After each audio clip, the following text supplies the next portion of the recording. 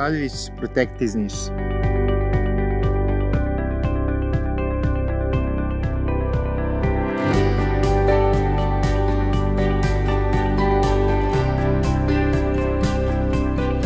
Društveni aktivizam kao pravnik i diplomirani pravnik sam se odlučio još dok sam bio advokatski pripravnik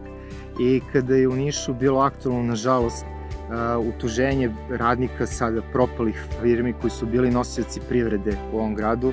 gde su ljudi godinama bili bez plata, gde su im porezi i doprinosi bili uskraćivani i neuplaćivani, gde nisu imali nikakvu zaštitu, a gde je i vođenje sporova bilo izuzetno skupo. S obzirom da sam završio državni fakultet, na budžetu to je bio jedan od načina da se ja svim tim ljudima koji su dok su radili deo novca odvajali za školovanje svih nas koji smo studirali,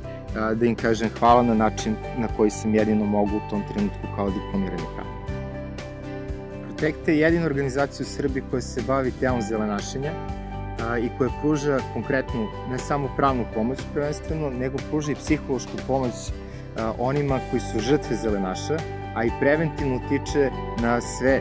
naše sugrađane, jer se radi prvenstveno o južnoj i jugoistočnoj Srbiji, u ovom regionu, pre nego što uđu u takve aranžmane sa ljudima koji im nude pozajmicu novca, kako da se zaštiti i obezbede da ne bi dolazilo do posledica kako po njih, tako i po njihovu porodicu. Za ovaj period koliko projekat već traje, mi smo imali preko 100-ak ne samo poziva, nego konkretne pomoći koje smo pružili žrtvama zelenašenja, kako što se tiče pravne pomoći, tako i upućivanje na psihološku pomoć. Motivacija za društveni aktivizam, za sve one koji se lome da li treba ili ne treba, treba u svakom slučaju da se svako od nas bavi na svoj način i onako kako može, koliko mu vreme dozvoljava društvenim aktivizmom, jer to je jedini način da rešimo probleme koji nas okružuju,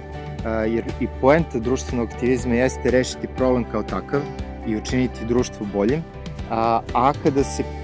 obratimo samo institucijama i očekujemo od njih rešenje, iako su oni nadležni i primaju platu zbog toga, uglavnom se svodi na trenutnu zainteresovanost nekoga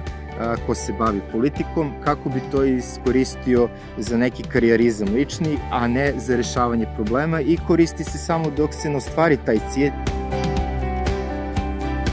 Moj aktivizam je moje pravo na promenu.